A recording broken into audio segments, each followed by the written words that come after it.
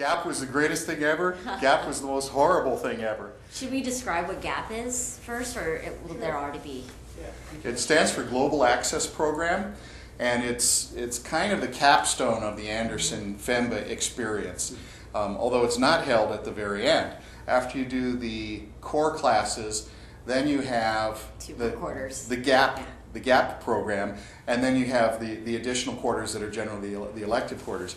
In the GAP program, you'll be put together in a group of 5, and I would say probably 70% of people, there was a lot of correspondence between the GAP group and their core study group. Not exclusively, but a lot of them stayed together. Some of them didn't. You'll be assigned to generally an international company that's trying to bring their product into the U.S., or possibly an international company that's trying to enter some third-party market, some third country. Occasionally, I think it's a U.S. company, but that's not the norm. The companies are typically from Europe, from New Zealand, from all around the world. And you'll meet with their senior management, you'll visit, or at least some members of the group will visit their site, and then you'll conduct a whole lot of research. To research the market, to research the potential customers, to research competitors. You'll basically do everything you might do if you were starting a business, and you'll be producing what's called an investment grade business plan. It's the type of business plan you could give to a venture capitalist if they wanted to, we want $2 million, here's our business plan. It would be that sort of a business plan. And it is a lot of work, but it's very rewarding. What was the hours that, it was like, was it 500 or 1,000 hours per student? It's definitely a lot. I mean, I think with the travel, like I got to travel to Finland to go. I actually did not go meet with the senior executives. The senior executives actually come out here to meet with the groups before we start our primary research. Obviously there's a lot of research about the industry before the executives even get here. So you try and understand the product and the market that they're trying to sell to. But once you've met with the executive, then you have to figure out, okay, well, how do we get the information that's necessary for us to write this business plan? And I was a student that, along with one of my other group mates, flew to Finland specifically to meet with their current customers, some of their investors, some potential customers, and just really analyze the market that was there to see if it was even plausible. I think in more cases than not, the product isn't sophisticated enough to enter the U.S. market, and that's another lesson in itself. How do you tell these executives, this is their baby? I mean, you're basically telling them, hey, your baby's ugly. It's not going to work. It's not, you can't come to the U.S. And it teaches you how do you talk to teaches you how to talk to people. So I think the GAP experience, I don't know the number of hours per se. But it's definitely, with the amount of time that you have to spend researching. I remember we were up till midnight, like almost every night leading up to our final presentation. That's nothing. We were up till 3. Wow, you guys and are special. And a few all-nighters. In the last 3 or 4 weeks, I think we had a phone conference every weeknight from 9 to nearly midnight as we were assembling and putting the material together. It was quite interesting because the program is kind of presented as these are high-tech international startup companies. And the company that we drew made shoe insoles. Nice. And it didn't seem like a particularly high-tech item, but we chose it in part because our group weren't all technologists, and we wanted something we could show to people and hold in our hands rather than some abstract piece of software. And as far as being a startup, the company had been in business for over 25 years, and they had active markets in Europe, but now they were looking to come to the U.S. And we were sort of scratching our heads and thinking, whoa, high-tech business, shoe insoles, startup company, 25 years old. But it turned out to be a great experience because I was one of the 2 people in our group who went over there, saw their manufacturing facility, met with their suppliers, met with their domestic customers, learned how their domestic market was different from our market. And then we came back and then we spent months researching, calling on dozens of shoe stores. I think in the end we logged something very close to 200 interviews, many of them on the phone, some of them in person.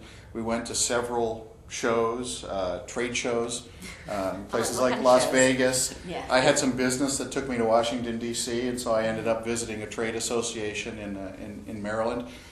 It was a tremendous amount of work researching it. Some of it kind of unglamorous shoe leather work. I mean, you just learn how to make cold calls. And I think probably the key lesson of that section of the research, which was probably more than half of the effort, is the last question you always ask somebody you're interviewing is, who should I call next? Who should I go to next? And you accumulate all of this, and then in really the final weeks, you put together what will be something like a 30 to 60 page business plan with financials, all sorts of information in it. And it ends with sort of a grand ceremony in which these are presented to the company. And it sounds like a tremendous amount of work and very risky, but the program is that you will not be permitted to fail.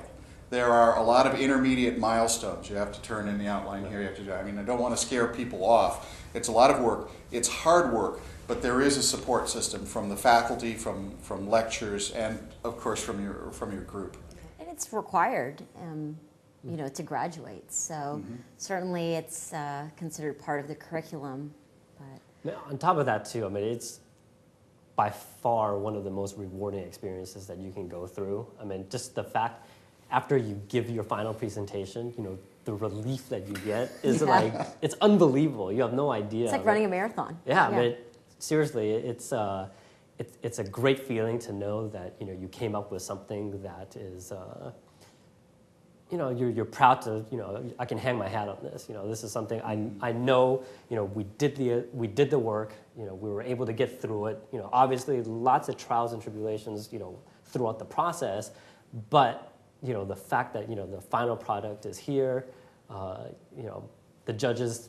Well, the judges are either going to tell you did a good job or a bad job, but regardless, you don't care because at that point you've turned in something, and you know how hard and how much blood and sweat has gone into it. So, yeah, it's as much as we cringe about all the work and at the time, and certainly the issues that always come up when you work with such a intimate group like that.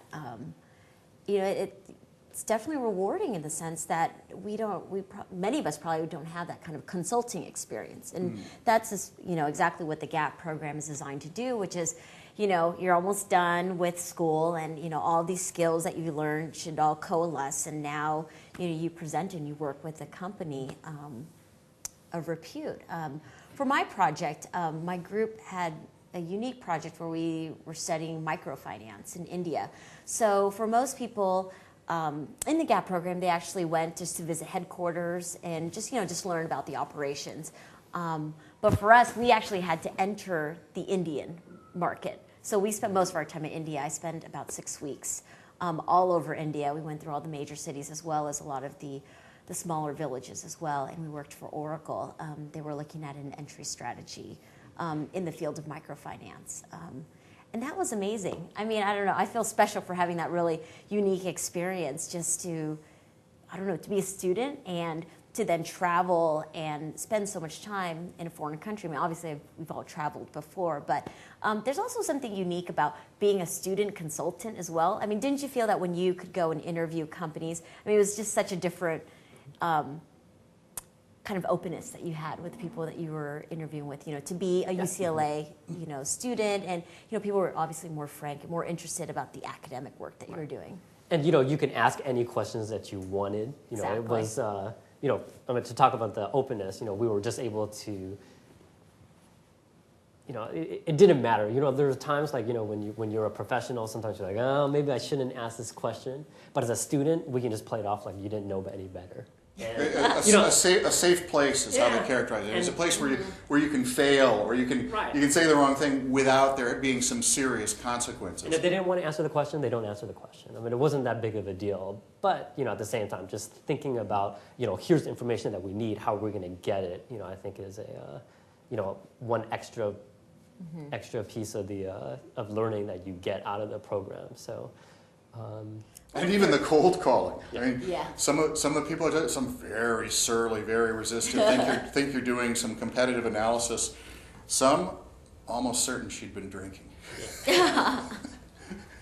Gave a lot of useful information, maybe more than she intended to.